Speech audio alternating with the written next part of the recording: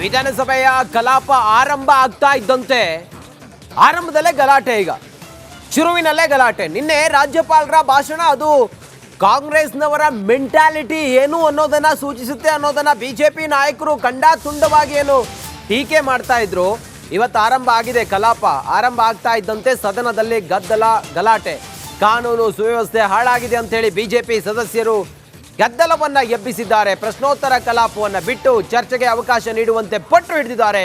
ಬಿಜೆಪಿಯ ಸುನೀಲ್ ಕುಮಾರ್, ಆರ್ ಅಶೋಕ್ ಪಟ್ಟು ಹಿಡಿದಿದ್ದಾರೆ. ವಿಧಾನಸಭೆ ಕಲಾಪ ಆರಂಭ ಆಗ್ತಾ ಇದ್ದಂತೆ ಸದನದಲ್ಲಿ ಗದ್ದಲ, ಗಲಾಟೆ ಶುರುವಾಗಿದೆ. ಕಾನೂನು ಸುವ್ಯವಸ್ಥೆ ಹಾಳಾಗಿದೆ ರಾಜ್ಯದಲ್ಲಿ ಅಂತೇಳಿ ಬಿಜೆಪಿ ಸದಸ್ಯರು ಗದ್ದಲವನ್ನ ಶುರು ಮಾಡಿದ್ದಾರೆ. ಪ್ರಶ್ನೋತ್ತರ ಕಲಾಪವನ್ನ ಬಿಟ್ಟು ಚರ್ಚೆಗೆ ಅವಕಾಶವನ್ನ ಮಾಡಿಕೊಡಿ ಅಂತ ಹೇಳಿ ಪಟ್ಟು ಹಿಡಿದಿದ್ದಾರೆ. ನೋಡಿ, ಆರಂಭದಲ್ಲೇ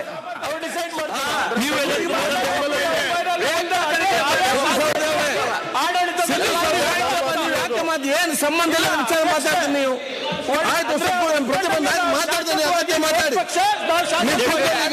ಸಮಯ ಬಂದ್ರೆ ಮಾಡ್ಸಂಗೆ ಅವ್ರ ಹತ್ರ ನೇಮಿಸ್ಕೊಳ್ಳೋದು ಬೇಕಿಲ್ಲ. ಬಿಡಿ, ಅವ್ರು ಡಿಸೈಡ್ ಮಾಡ್ತಾರೆ.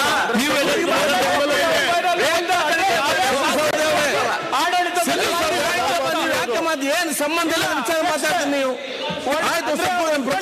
ಮಾತಾಡ್ತೀನಿ, ಅವತ್ತೇ ಮಾತಾಡಿ. ಸಮಯ ಬಂದ್ರೆ ಮಾಡ್ಸಂಗೆ ಅವ್ರ ಹತ್ರ ನೇಮಿಸ್ಕೊಳ್ಳೋದು ಬೇಕಿಲ್ಲ. ಬಿಡಿ, ಅವ್ರು ಡಿಸೈಡ್ ಮಾಡ್ತಾರೆ.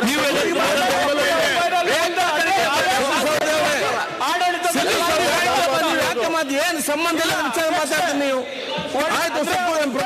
ಮಾತಾಡ್ತೀನಿ, ಅವತ್ತೇ ಮಾತಾಡಿ. ಸಮಯ ಬಂದ್ರೆ ಮಾಡ್ಸಂಗೆ ಅವ್ರ ಹತ್ರ ನೇಮಿಸ್ಕೊಳ್ಳೋದು ಬೇಕಿಲ್ಲ. ಬಿಡಿ, ಅವ್ರು ಡಿಸೈಡ್ ಮಾಡ್ತಾರೆ.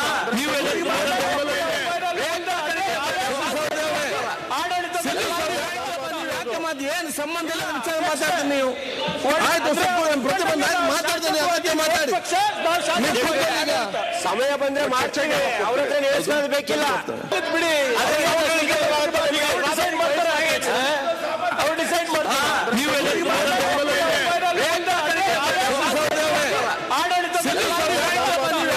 ಏನು ಸಂಬಂಧ ಇಲ್ಲ ವಿಚಾರ ಮಾತಾಡ್ತೀನಿ. ನೀವು ಮಾತಾಡ್ತೀನಿ, ಅವತ್ತೇ ಮಾತಾಡಿ. ಸಮಯ ಬಂದ್ರೆ ಮಾಡ್ಸಂಗೆ ಅವ್ರ ಹತ್ರ ನೇಮಿಸ್ಕೊಳ್ಳೋದು ಬೇಕಿಲ್ಲ. ಬಿಡಿ,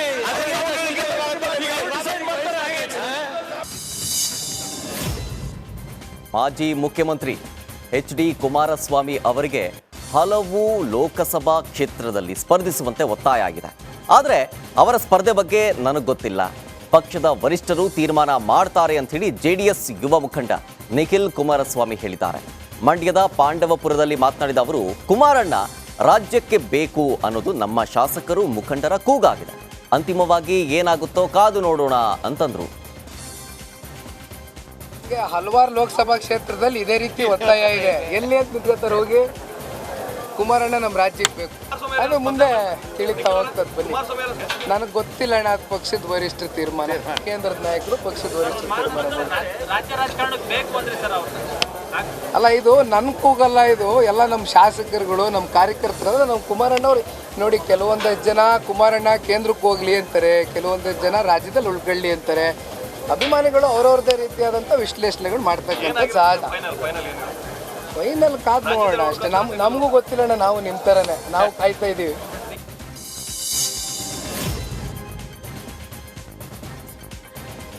ಮಂಡ್ಯದಿಂದ ನಿಖಿಲ್ ಕುಮಾರಸ್ವಾಮಿ ಸ್ಪರ್ಧೆ ಬಗ್ಗೆ ಮಾಜಿ ಸಚಿವ ಪುಟ್ಟರಾಜು ಪ್ರತಿಕ್ರಿಯೆಯನ್ನ ಕೊಟ್ಟಿದ್ದಾರೆ. ಮಂಡ್ಯ ಜಿಲ್ಲೆಯ ನಾಯಕರು ದೇವೇಗೌಡರ ಕುಟುಂಬದಿಂದ ಸ್ಪರ್ಧೆಯಾಗಬೇಕು ಅಂತ ಒತ್ತಾಯ ಮಾಡಿದ್ದೇವೆ. ವಿಶೇಷವಾಗಿ ನಿಖಿಲ್ ಅವರೇ ಸ್ಪರ್ಧೆ ಮಾಡಬೇಕಂತ ಈಗಲೂ ನಾಳೆಯೂ ಒತ್ತಾಯ ಮಾಡ್ತೀವಿ. ಆದರೆ ಪಕ್ಷ ಏನು ತೀರ್ಮಾನ ಮಾಡುತ್ತೆ ಅದಕ್ಕೆ ನಾವೆಲ್ಲರೂ ಕೂಡ ಬದ್ಧ ಅಂತ ಹೇಳಿದ್ರು. ಕುಮಾರಣ್ಣ ಅವ್ರನ್ನ, ದೇವೇಗೌಡರನ್ನ ಒತ್ತಾಯ ಮಾಡ್ತೀವಿ. ಇಲ್ಲ ನೀವಾರು ಸರಿ ಇಲ್ಲ. ಕಳೆದ ಬಾರಿ ಏನು ನಮ್ಮ ನಿಖಿಲ್ ಅವ್ರಿಗೆ ಮನಸ್ಸಿಗೆ ನಾವು ನಮ್ಮ ಜಿಲ್ಲೆ ಜನ ಎಲ್ಲೋ ಒಂದ್ ಕಡೆ ಹೌದು, ಕುಮಾರಣ್ಣವ್ರು ಬರಲಿ, ನಿಖಿಲ್ ಅಣ್ಣವ್ರು ಬರಲಿ, ಹೆಚ್ಚು ನಿಖಿಲ್ ಅಣ್ಣ, ಕುಮಾರಣ್ಣ ಅವ್ರನ್ನ, ದೇವೇಗೌಡರನ್ನ ಒತ್ತಾಯ ಮಾಡ್ತೀವಿ. ಇಲ್ಲ ನೀವಾರು ಸರಿ ಇಲ್ಲ. ಕಳೆದ ಬಾರಿ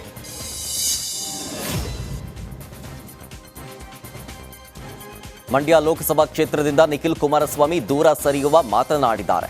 ಮಂಡ್ಯ ಕ್ಷೇತ್ರದಿಂದ ನಾನು ಸ್ಪರ್ಧೆ ಮಾಡಲ್ಲ, ಮಂಡ್ಯ ಸ್ಪರ್ಧೆಗೆ ಕಾರ್ಯಕರ್ತರ ಒತ್ತಾಯ ಇದೆ. ಆದರೆ ನಾನು ಮಂಡ್ಯ ಕ್ಷೇತ್ರದ ಆಕಾಂಕ್ಷಿಯಲ್ಲ, ಒತ್ತಡ ಬಂದರೂ ಮಂಡ್ಯದಲ್ಲಿ ಸ್ಪರ್ಧಿಸಲ್ಲ ಅಂತ ತಿಳಿಸಿದ್ದಾರೆ. ನಾನು ಈ ಬಾರಿ ಮಂಡ್ಯ ಲೋಕಸಭಾ ಕ್ಷೇತ್ರದ ಆಕಾಂಕ್ಷಿ ಅಲ್ಲ. ನಾನು ಈ ಬಾರಿ ಮಂಡ್ಯ ಲೋಕಸಭಾ ಕ್ಷೇತ್ರದ ಆಕಾಂಕ್ಷಿ ಅಲ್ಲ. ನಾನು ಈ ಬಾರಿ ಮಂಡ್ಯ ಲೋಕಸಭಾ ಕ್ಷೇತ್ರ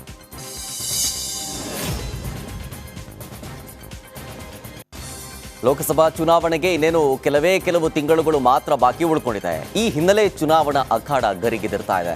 ಅದರ ಭಾಗವಾಗಿ ಬೆಂಗಳೂರಿನ ಪದ್ಮನಾಭನಗರದ ನಿವಾಸದಲ್ಲಿ ಮಾಜಿ ಪ್ರಧಾನಿ ಎಚ್.ಡಿ. ದೇವೇಗೌಡರನ್ನ ಎಂಎಲ್ಸಿ ಸಿಪಿ ಯೋಗೇಶ್ವರ್ ಭೇಟಿ ಮಾಡಿದರು. ಬಿಜೆಪಿ ಜೆಡಿಎಸ್ ಮೈತ್ರಿ ಘೋಷಣೆಯ ಬಳಿಕ ಮೊದಲ ಭೇಟಿ ಇದಾಗಿದ್ದು ಸಾಕಷ್ಟು ಕುತೂಹಲ ಮೂಡಿಸಿತು. ನಮ್ಮ ಯಾವ ಶಾಸಕರು ಜೆಡಿಎಸ್ ಪಕ್ಷವನ್ನ ಬಿಡೋದಿಲ್ಲ, ಇಬ್ಬರು ಶಾಸಕರಿಗೆ ಸುಮ್ಮನೆ ಪ್ರಚಾರವನ್ನ ಕೊಡ್ತಾ ಇದ್ದೀರಿ ಅಂತ ಹೇಳಿ ಮಾಜಿ ಸಿಎಂ ಎಚ್.ಡಿ. ಕುಮಾರಸ್ವಾಮಿ ಹೇಳಿದ್ದಾರೆ. ಸರ್ಕಾರ ಬಂದ ಸಮಯದಿಂದಲೂ ಹೀಗೆ ಹೇಳ್ತಾ ಇದ್ರು. ಸಿಪಿವೈ ದೇವೇಗೌಡರ ಭೇಟಿಯಲ್ಲಿ ವಿಶೇಷ ಏನಿಲ್ಲ, ನಾವು ಮೈತ್ರಿ ಮಾಡ್ಕೊಂಡಿದೀವಿ ಅಲ್ವಾ, ಹೀಗಾಗಿ ಚರ್ಚೆ ಮಾಡೋಕೆ ಬಂದಿದ್ರು ಅಂತಂದ್ರು.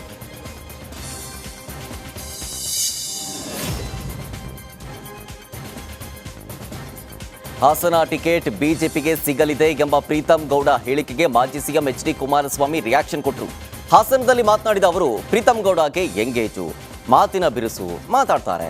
ಅವನು ನನ್ನ ತಮ್ಮ ಇದ್ದಂತೆ, ಲೋಕಸಭಾ ಚುನಾವಣೆಗೆ ಅವರನ್ನೇ ನಿಲ್ಲಿಸ್ಬೇಕಂತಂದ್ರೆ ನಿಲ್ಲಿಸೋಣ, ಅವರೇ ನಿಲ್ಬೇಕೆಂಬ ಆಸೆ ಇದ್ರೆ ಅದನ್ನು ಕೂಡ ಚರ್ಚೆ ಮಾಡಿ ಸರಿ ಮಾಡೋಣ ಅಂತಂದ್ರು. ಅವರು ನಮ್ಮ ಸ್ನೇಹಿತರೆ, ಅವ್ರನ್ನೇ ನಿಲ್ಲಿಸ್ಬೇಕು ಅಂದ್ರೆ ನಿಲ್ಸೋಣ, ಬನ್ನಿ ಅವರೇ ನಿಲ್ಬೇಕು ಅನ್ನೋ ಆಸೆ ಇದ್ರೆ ಚರ್ಚೆ ಮಾಡೋಣ, ಅವ್ರನ್ನೇ ನಿಲ್ಲಿಸ್ಬೇಕು ಅಂತ ನಿಲ್ಸೋಣ ಅಂತ. ಈಗ ನಾವು ಅವರು ಅಣ್ತಮ್ಮದ ತರ ಹೋಗ್ಬೇಕಲ್ವಾ. ಪಾಪ ಯಾರ್ಯಾರ ಅವ್ರ ಮನಸ್ಸಿನ ಮೇಲೆ ಇನ್ನೂ ಅವ್ರಿಗೂ ಎಂಗೇಜು, ಪಾಪ ಮಾತನಾಡ್ತಾರೆ, ಮಾತಿನ ಬಿರುಸು. ಅವನೊಬ್ಬ ನಮ್ಮ ತಮ್ಮ ಅಲ್ವೇ, ಕೂತ್ ಸರ್ ಮಾಡಿ.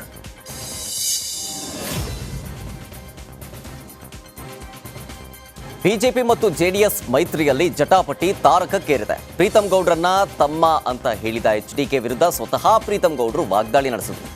2023ರಲ್ಲಿ ಪ್ರೀತಂ ಗೌಡ್ರನ್ನ ಸೋಲಿಸಿ ಅಂತ ಹೇಳಿದ್ರು. ಈಗ ತಮ್ಮ ಅಂತ ಹೇಳ್ತಾ ಇದ್ದಾರೆ. ಮುಂದೇನು ಹೇಳ್ತಾರೋ ಅಂತ ಹೇಳಿದ್ರು. ನನ್ನ ಸ್ಪರ್ಧೆ ರಾಷ್ಟ್ರೀಯ ಅಧ್ಯಕ್ಷರು ರಾಜ್ಯಾಧ್ಯಕ್ಷರ ತೀರ್ಮಾನ ಅಂತ ಹೇಳಿ ವಾಗ್ದಾಳಿ ನಡೆಸಿದ್ರು. 23ರಲ್ಲಿ ಪ್ರೀತಂ ಗೌಡನ್ ಸೋಲ್ಸಿ ಅಂತ ಹೇಳಿದ್ರು. ಸೋಲ್ಸಿ ಅಂತ ಹೇಳಿದಾಗಲೂ ಜನ 78,000 ಓಟ್ ಹಾಕಿದ್ದಾರೆ. ಗೆಲ್ಸಿ ಅಂದಿದ್ದ ಪಕ್ಷ ಅವರು ಶಕ್ತಿವಂತರಿದ್ದಾರೆ, ಪಾಪ 84,000 ಓಟ್ ಹಾಕಿದ್ದಾರೆ. ಆ 84,000ದಲ್ಲಿ 44,000 ಎಲ್ಲಿ ಕಳೆದೋಗಿದೆ ಅನ್ನೋದು ನೀವು ಫಸ್ಟ್ ಹುಡ್ಕೊಬಿಟ್ರೆ, ಅದಾದ್ಮೇಲೆ ಪ್ರೀತಂ ಗೌಡ ಬಿರ್ಸಾಗಿ ಮಾತಾಡ್ತಾರೆ, ಯುವಕರು ಅದೆಲ್ಲ ಆಮೇಲೆ ಮಾತನಾಡೋಣ. ಅಷ್ಟು ಯಾವ ರೀತಿಯಾಗಿ ಪ್ರೀತಂ ಗೌಡನ್ 23ರಲ್ಲಿ ಸೋಲ್ಸಿ ಅಂತ ಹೇಳಿದ್ರು, ಈಗ 24ರಲ್ಲಿ ತಮ್ಮ ಅಂತ ಹೇಳ್ತಿದ್ದಾರೆ, 28ರಲ್ಲಿ ಏನಂತಾರೆ ಅನ್ನೋದು ಒಂದು ಕ್ಲಾರಿಟಿ ಸಿಕ್ಕಿದ್ರೆ ಆಮೇಲೆ ಉಳಿದಿದ್ದೆಲ್ಲ ಚರ್ಚೆ ಮಾಡೋಣ.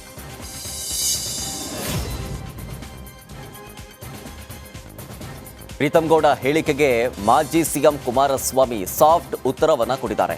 ಈಗಲೂ ಪ್ರೀತಂ ಗೌಡ ನನ್ನ ತಮ್ಮನೇ ಅಂತ ಹೇಳ್ತೀನಿ. 2023ರಲ್ಲಿ ಅವರ ವಿರುದ್ಧ ಇದ್ದದ್ದು ಸಹಜ, ಚುನಾವಣೆ ನಡೆಯೋದೇ ಅದೇ ರೀತಿ ಅಲ್ವಾ ಅಂತ ಹೇಳಿದ್ರು. ಇನ್ನು ಹಿಂದಿನ ಚುನಾವಣೆ ಆಗೋಯ್ತು, ಮುಂದೆ ಒಂದಾಗ್ತೀವಿ ಅಂತ ಹೇಳಿದ್ರು. ಇಲ್ಲ, ಹೌದು, ಈಗಲೂ ನನ್ನ ತಮ್ಮ ಅಂತಲೇ ಹೇಳ್ತೀನಿ. ಯಾಕೆಂದ್ರೆ ನಾವು ಈಗ ಒಂದಾಗಿ ಕೆಲಸ ಮಾಡ್ಲೇಬೇಕಲ್ಲ. ದಾಯದಿ ಕಲೆ ಇಲ್ಲೂ ಇರ್ತದೆ, ಪ್ರತಿ ಮನೆಯಲ್ಲೂ ದಾಯದಿ ಕಲೆ ಇಲ್ವಾ? ಅದು ನಮ್ಮ ದೇಶದಲ್ಲಿ ಇರ್ತಕ್ಕಂಥ ಮಣ್ಣಿನ ಗುಣ. ಅದು ಅವ್ರು ಹೇಳಿಕೆ ಕೊಟ್ಟರು, ಅದಕ್ಕೆ ನಂದೇನು ತಕ್ಕಲಿ ನಡೆದಿರೋ ಘಟನೆ ಹೇಳಿದ್ದಾರೆ. ಕಳೆದ ಚುನಾವಣೆ ಏನಾಯ್ತು, ಮುಂದೇನಾಗುತ್ತೆ ಅಂತ ಹೇಳಿದ್ದಾರೆ. ಮುಂದಿಂದು ಭವಿಷ್ಯನೂ ಹೇಳಿದ್ದಾರೆ ಅವರು, ಏನಾಗುತ್ತೆ ಅಂತ ಹೇಳಿ. ಆ ಭವಿಷ್ಯನೂ ನೋಡೋಣ. ಇಲ್ಲ, ಹೌದು, ಈಗಲೂ ನನ್ನ ತಮ್ಮ ಅಂತಲೇ ಹೇಳಿ.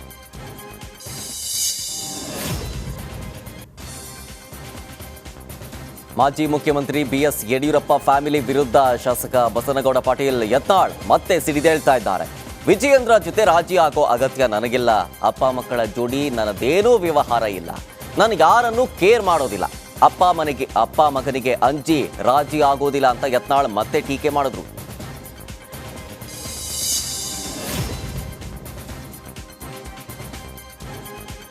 ಬಿಜೆಪಿ ಶಾಸಕಾಂಗ ಸಭೆಯಲ್ಲೂ ಶಾಸಕ ಬಸನಗೌಡ ಪಾಟೀಲ್ ಯತ್ನಾಳ್ ವಿರುದ್ಧ ಕ್ರಮಕ್ಕೆ ಒತ್ತಾಯ ಕೇಳಿಬಂತು. ಶಾಸಕ ಯತ್ನಾಳ್ ಹೇಳಿಕೆಯಿಂದ ಪಕ್ಷಕ್ಕೆ ಮುಜುಗರ ತರೋದರ ಜೊತೆಗೆ ಕಾಂಗ್ರೆಸ್ ನಾಯಕರ ಬಾಯಿಗೆ ಆಹಾರವಾಗ್ತಾ ಇದೆ. ಮೊದಲು ಬಸವನಗೌಡ ಪಾಟೀಲ್ ಯತ್ನಾಳ್ ಬಾಯಿಗೆ ಬೀಗ ಹಾಕಬೇಕಂತ ಬಿಜೆಪಿ ರಾಜ್ಯಾಧ್ಯಕ್ಷ ಬಿವೈ ವಿಜಯೇಂದ್ರ ಮತ್ತು ವಿಪಕ್ಷ ನಾಯಕ ಆರ್ ಅಶೋಕ್ಗೆ ಆಗ್ರಹಿಸಲಾಯಿತು. ಇದರ ಜೊತೆಗೆ ದೇಶ ವಿಭಜನೆ ಹೇಳಿಕೆ ನೀಡಿದ ಶಾಸಕ ವಿನಯ್ ಕುಲಕರ್ಣಿ ವಿರುದ್ಧ ಕ್ರಮಕ್ಕೆ ಆಗ್ರಹಿಸಲಾಯಿತು. ದೇಶ ವಿಭಜನೆ ಹೇಳಿಕೆ ಕುರಿತು ಉಭಯ ಸದನದಲ್ಲಿ ಇಡೀ ಸರ್ಕಾರವನ್ನೇ ತರಾಟೆಗೆ ತೆಗೆದುಕೊಳ್ಳೋದಕ್ಕೆ ತೀರ್ಮಾನಿಸಲಾಯಿತು. ಆ ಮೂಲಕ ವಿಧಾನಮಂಡಲದ ಸದನವನ್ನ ಸರ್ಕಾರವನ್ನ ಕಟ್ಟಿ ಹಾಕೋದಕ್ಕೆ ನಿರ್ಣಯವನ್ನ ಕೈಗೊಳ್ಳಲಾಯಿತು.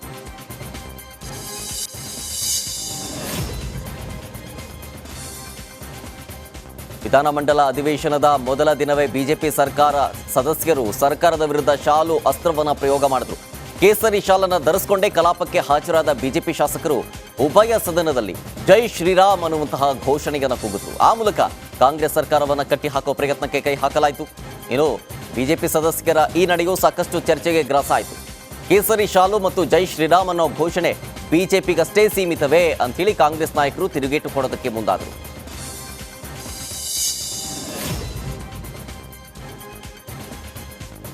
ಕೇಸರಿ ಶಾಲು ವಿಚಾರಕ್ಕೆ ಬಿಜೆಪಿ ನಾಯಕರ ವಿರುದ್ಧ ಕಾರ್ಮಿಕ ಸಚಿವ ಸಂತೋಷ್ ಲಾಡ್ ಕಿಡಿಕಾರಿದ್ದಾರೆ. ಬೆಂಗಳೂರಿನಲ್ಲಿ ಮಾತನಾಡಿರೋ ಅವರು, ನಾವು ಜೈ ಸೀತಾಮಾತೆ ಜೈ ಭೀಮ್ ಅಂತ ಹೇಳ್ತೇವೆ. ಅವರ ಅವಧಿಯಲ್ಲಿ ಕೇಸರಿ ಶಾಲು ಹಾಕಿರಲಿಲ್ಲ, ಚುನಾವಣೆ ಇದೆ, ಹಾಗಾಗಿ ಕೇಸರಿ ಶಾಲು ಹಾಕೊಂಡು ಬರ್ತಾರೆ ಅಂತ ಹೇಳಿ ವಾಗ್ದಾಳಿ ನಡೆಸಿದ್ರು.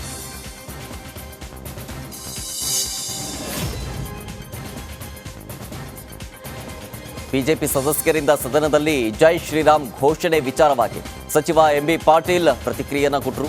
ನಾವು ಜೈ ಬಸವಣ್ಣ ಅಂತೀವಿ, ಜೈ ವಾಲ್ಮೀಕಿ ಅಂತೀವಿ, ಜೈ ಭೀಮ್ ಅಂತೀವಿ, ಜೈ ಶ್ರೀರಾಮ ಅಂತೀವಿ. ನಾವು ಬಸವಣ್ಣನವರನ್ನ ಸಾಂಸ್ಕೃತಿಕ ನಾಯಕರನ್ನಾಗಿ ಮಾಡಿದ್ದೇವೆ. ನಾವು ಬಸವಣ್ಣನವರ ಸಿದ್ಧಾಂತ ತತ್ವದಲ್ಲಿ ನಂಬಿಕೆ ಇಟ್ಕೊಂಡವರು. ಕೇಸರಿ ಶಾಲು ಅವರ ಸ್ವತ್ತಲ್ಲ ಅಂತ ಬಿಜೆಪಿ ವಿರುದ್ಧ ಪಾಟೀಲ್ ಆಕ್ರೋಶವನ್ನ ಹೊರಹಾಕಿದ್ರು. ನಮ್ಮ ಮಠದಲ್ಲಿ ಕೇಸರಿ ಶಾಲನ್ನ ಬಳಸ್ತೀವಿ, ನಾವು ಪೂಜೆ ಮಾಡುವಾಗ ಕೇಸರಿ ಶಾಲನ್ನ ಬಳಸ್ತೀವಿ ಅಂತ ಹೇಳಿದ್ರು.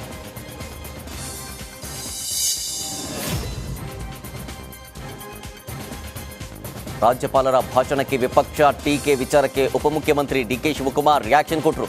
ಬೆಂಗಳೂರಿನಲ್ಲಿ ಮಾತನಾಡಿದ ಅವರು, ಬಿಜೆಪಿಯವರು ಕೇಸರಿ ಶಾಲಾದರೂ ಹಾಕಿಕೊಳ್ಳಿ, ಕಪ್ಪಾದರೂ ಹಾಕೊಳ್ಳಿ.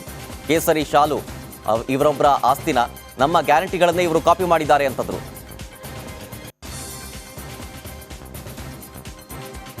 ಇನ್ನು ಬಿಜೆಪಿ ಅವ್ರ ಪಾಪ ಹೇಳ್ಬೇಕಲ್ಲ, ಅವರು ಈಗ ರಾಮನ ಹೆಸರಲ್ಲಿ ಓಟ್ ತೊಗೊಳಕ್ ಹೋಯ್ದೆ. ರಾಮ ಅವ್ರ ಮನೆ ಆಸ್ತಿನ ಇಲ್ಲಿ ಅವ್ರು ಏನೇನು ಬೇಕೋ ಪಾಪ ಆಡ್ಲಿ, ಅವರೆಲ್ಲ ಬಣ್ಣ ಗಿಣ್ಣ ಹಾಕೊಳ್ಳಿ, ಹೊಸ ಬಣ್ಣ ಹಾಕೊಳ್ಳಿ. ನಾವೇನು ರಾಮ ನಮ್ಮ ಆಸ್ತಿ ಅಲ್ವಾ, ಹಿಂದೂ ನಮ್ಮ ಧರ್ಮ ಅಲ್ವಾ, ಆಂಜನೇಯ ರಾಮನ ಭಕ್ತ. ನಾವು ಇಲ್ಲಿ ಕಟ್ಟಿಲ್ವಾ, ಇಲ್ಲಿ ನಾವು ಕೆಂಗಲ್ ಮಂದಿ ಕಟ್ಟಿಸಿಲ್ವಾ? ಇನ್ನು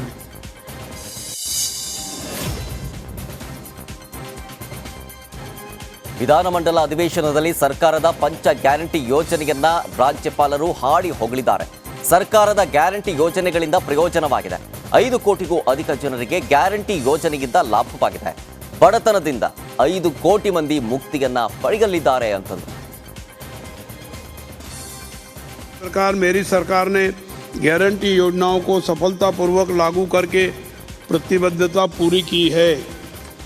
गारंटी योजनाओं से लोगों के हाथ में पैसा आने से अर्थव्यवस्था को नई गति मिली है। एक तरफ राज्य में बड़े पैमाने पर घरेलू और विदेशी निवेश आ रहा है। इन 8 महीनों में राज्य में 77,000 करोड़ रुपए से ज़्यादा का निवेश आया है। दूसरी ओर गारंटी योजनाओं के कारण लोगों में क्रय शक्ति का नया संचय होने से आर्थिक गतिविधियों में तेजी आ रही है। इस प्रकार मेरी सरकार ने गारंटी योजनाओं को सफलतापूर्वक लागू करके प्रतिबद्धता पूरी की है।